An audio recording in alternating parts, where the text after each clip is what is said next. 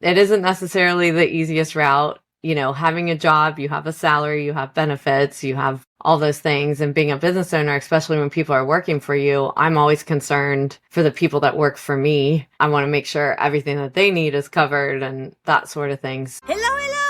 This is CPA Career Path Podcast with Rosey Flaherty, CPA MSA, where we dive into thrilling journeys in the world of accounting. It doesn't add up correctly in Yes. my head because you have only 24 hours per day and you also have to take care of the baby as well.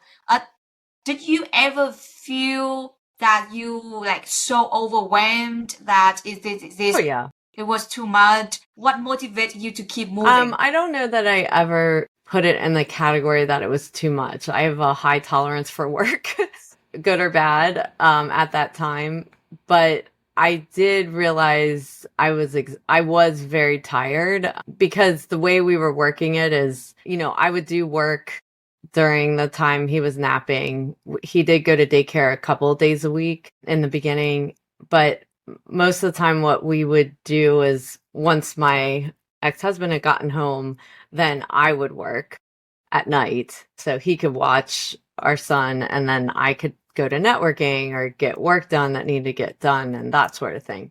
So it wasn't until I started taking steps and growing it a little bit where I got a virtual assistant. And that started helping, taking some phone calls and making sure time wasn't wasted on certain sales calls and that sort of thing. And then eventually hiring, some people to work in the business besides me, which has its own set of things when you hire people. So that's not necessarily easier or better. It's just, where I was at in the business to handle as the business grew. But being a business owner, I mean, you think you have all the control. You really don't. You're controlled by, honestly, your clients, everybody. Like you're trying to please everybody. And, there are people just like my ex-husband or, I've definitely worked with businesses where, they've taken family loans, that sort of thing, where that also drives an entrepreneur to work too much because, they don't want to lose money doing what they're doing and making sure that the people that have faith in them feel like, they made it. And being a business owner is tough. So it isn't necessarily the easiest route. Having a job, you have a salary, you have benefits, you have all those things. And being a business owner, especially when people are working for you, I'm always concerned for the people that work for me. I want to make sure everything that they need is covered and that sort of thing. So that's something, I don't think a lot of people think about when they open a business. You really have to have that entrepreneurial spirit and feel passionate about the work that you're doing. So if you can give your younger self at that point one best advice, what would it be? That's a good question. Well, I would guess probably, so my early 30s was when I started going to therapy. I think when you're younger, you're so driving towards something that you're not clear what you're driving toward or a vision of something else. And instead of just realizing to believe in your skills and be confident in the person that you are, I don't think that confidence comes for a while. And you do have to do all this learning along the way, even by going to an outside third party to really understand what drives you and why. I think for me, uncovering that was going back to my mom's business. She lost everything when I was in high school. So she was part of what was then a savings and loan crisis. And her maid service was doing commercial cleaning. And so those contracts were under construction contracts. So she would go in after a movie theater was built and do the construction cleanup. So she'd have a full crew of maids coming in to get it all ready for the opening. Well, those were very big contracts. And so when that savings and loan crisis hit and all those loans defaulted, her business went under and we lost everything. So she lost the business, but we also lost our house. I started working 3 jobs. You don't realize that those things are living inside of you, of that fear of I never want to be in that spot again. And so I think that was driving me a lot in those years, that I can make this work and I'll make sure we never get in that spot again. So some of those extra jobs probably weren't needed, but in my head, it was like, oh, I need to have a backup to the backup, like just to make sure we never lose everything. So I did need to go through that process, and I did have them after my second child. I wouldn't say a breakdown, but like I wasn't finding joy in anything. And could have been postpartum. They didn't talk about it as much at the time. I read about it now and I'm like, yeah, it could have maybe been that too, but whatever it was, I went to therapy and it really helped me uncover a lot of those things that were driving me to work the way that I was, so that I could start re-engineering my life. So the mental health is very important. Huge. We need to take it serious, just as important as physical health. Absolutely. And you want to show up for your children, your friends, your family, your colleagues intentionally, right? And I think at that time when I had my second child, I was a partner in a CPA firm at that time. And I got sick from the pregnancy. I was actually hospitalized. So that put a lot of fear in me. And I couldn't I also am big into working out, and I couldn't work out the way I had worked out before. So everything was kind of shifting. And I started yoga because that was the only thing I was allowed to do. And so that changed my life. I mean, so between doing yoga and going to the therapist, I never really allowed myself to stop and pause and look internally and even understand what was driving me. Until that point, I really just kept pushing forward, want to be a partner one day, like that. It was a goal, and something, for whatever reason I was trying to prove to myself. But that kind of perfect storm that happened in my 30s really drove me to who I am today. Yeah, I recall I did attend your yoga section.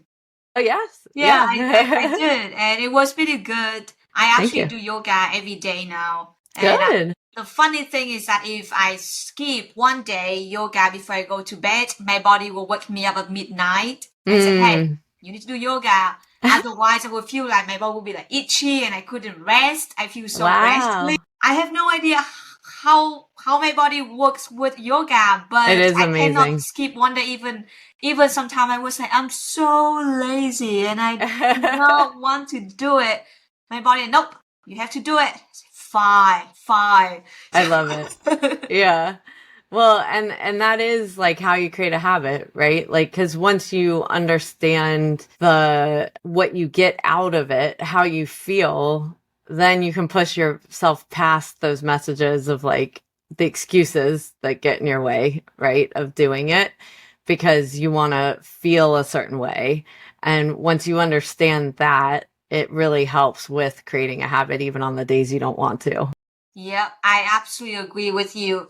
So I think you are the only one CPAs so far on my podcast list that who actually is a CPA, also a yoga instructor as well.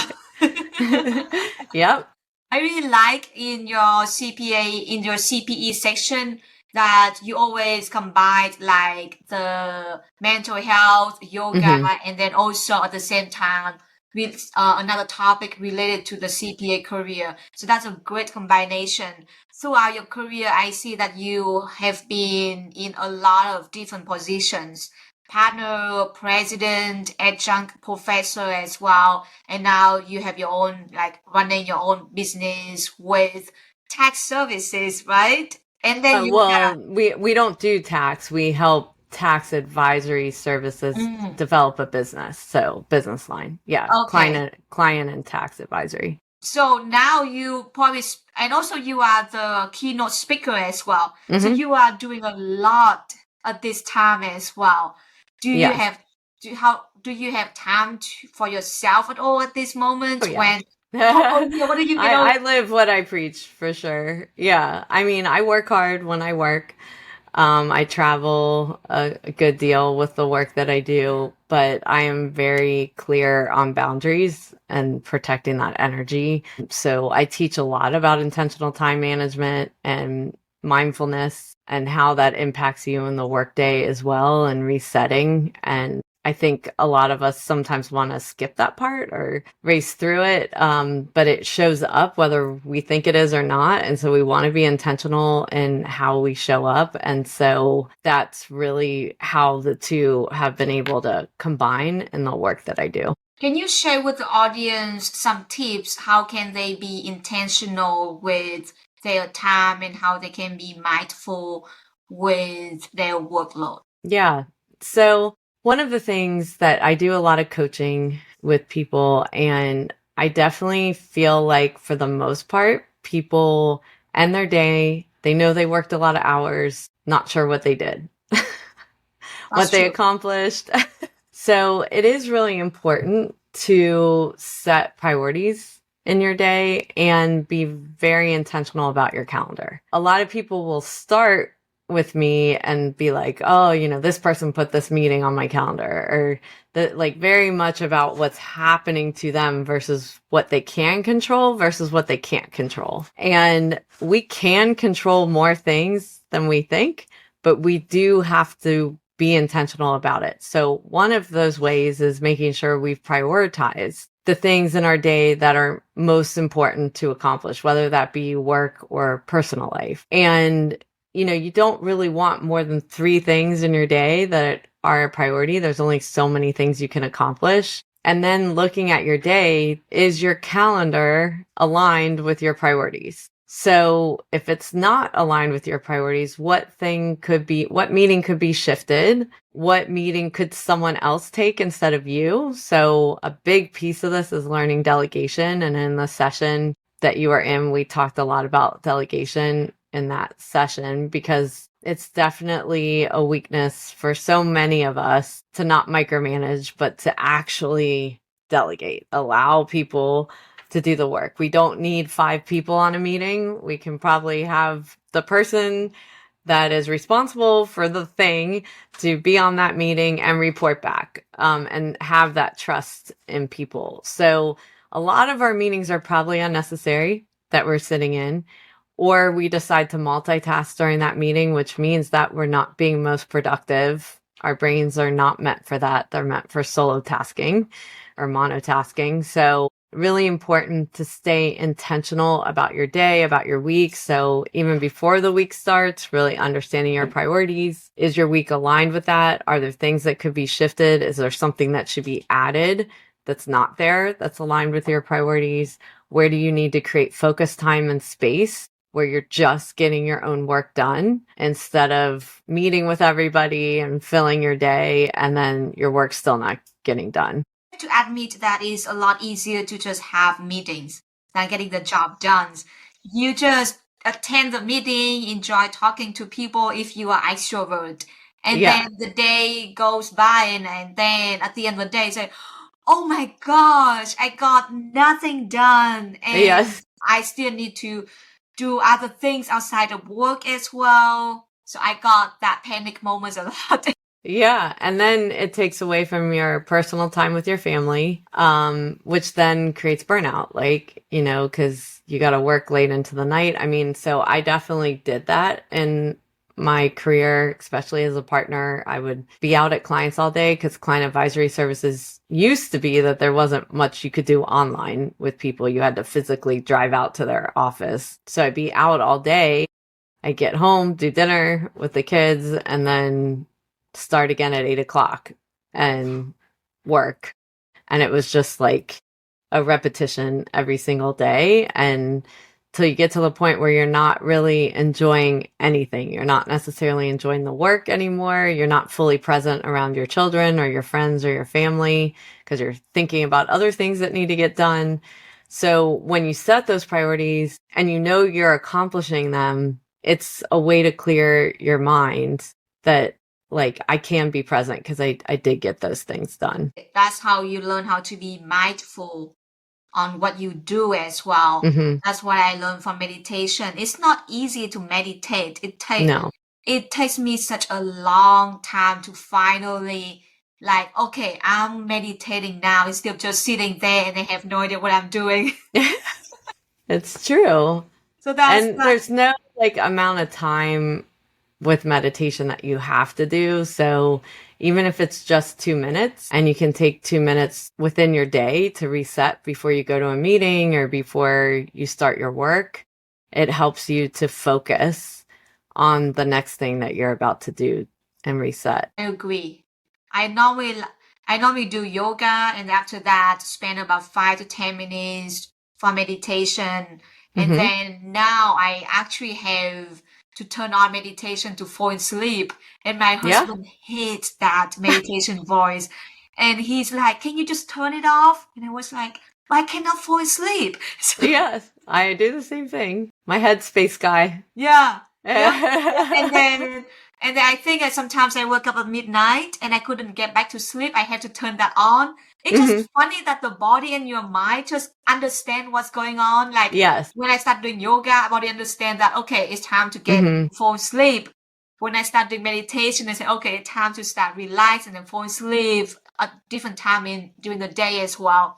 And so like I think one time I turned on meditation at 2 a.m. because I woke up at 2 a.m. Yeah. And my husband like, what's going on? Well, I mean, I think it is interesting with all the studying I've done over the years because of that same thing that you're saying is like, why does this work? Doesn't make sense, right? But it is something that really taught me that for thousands of years, the human condition has been hard. No matter what the civilization's been, what they've done, for work, whatever it is, technology they didn't have, people have been trying to figure out how to just feel better and also be able to function with whatever traumas they've had during their life. And I think it's really important to realize that this isn't new and it's like the science is amazing with it, but it's also unexplainable a lot of the times as well. It's true. Unexplainable. That's the perfect word for it. I cannot explain to my husband how it works. And my husband like, oh, I cannot stop thinking about work. And I was like, maybe you should try meditation. And he's like, no, I don't like it.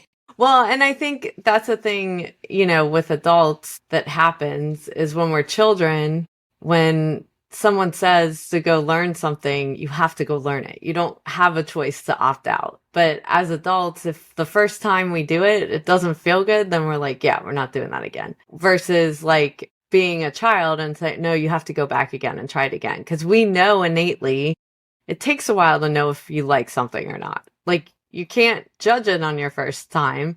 And then if you've done it for a while and it's still not providing you joy, okay, that's fine. Find something else. What would be the next thing that might work for you in order to find what you're looking for from an energy perspective, but not to give up on that, but also not to try it once because you're not going to be an expert the first time you do something. And I think for so many of us, especially type A personalities, we want to be good at it. And it's like, no, in our profession, we weren't good at it for a long time. It takes a while to learn and it's uncomfortable to learn. But if you don't, you just don't grow. True. That's true.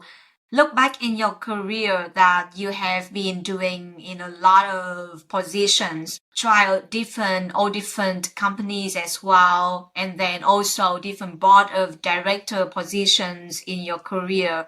What are the best lessons throughout your career that you could advise to younger professionals who are trying to be better to grow in this CPA career? So I think the biggest thing I can say is to keep your eyes open for things that might spark energy that you never expected. Like, in my career, I wouldn't have thought technology was in my path, so when I started to design how a software would be implemented at a client, it was very creative to me. I realized like it was bringing out that creative side of me that I love to figure out how do I get them out of this mess and create something amazing at the end that they can like improve their business. So I think it's really important, number one, to keep your eyes open of like all the different things coming out in this profession and what really interests you, and really studying what those jobs look like. Find people on LinkedIn that are doing it, follow their careers, follow what they're posting, like learn what the day to day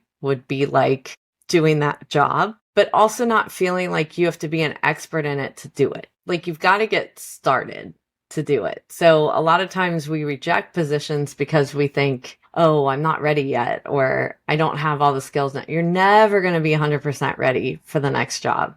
What you do have to be is open to learn and be like humble, like not come in like you know everything and like you can answer every question just because you might have a title of a VP or manager or whatever.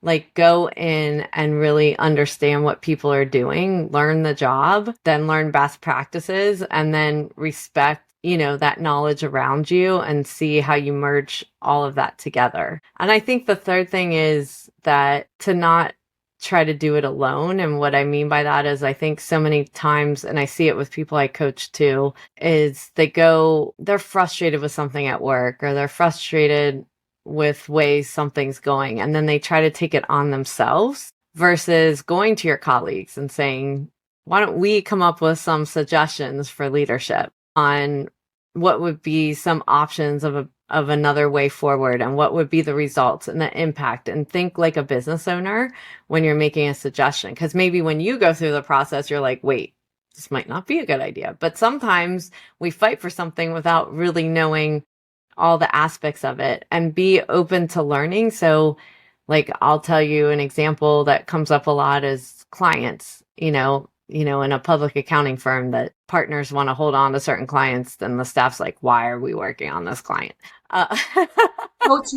So I think first is really truly to understand why that partner is holding on to the client, because there's no way to solve for a solution or how to handle that client, or what the work would look like, or how you could change the process, the technology, the offshoring. What other ways could you work so that all parties could feel satisfied that that person is whole? And where are you going to get the help to do it, so that you're not just coming and complaining, that you're coming with solutions and answers as well? I see. Great lessons. I hope audience will pick up these lessons for their career path and learn from it.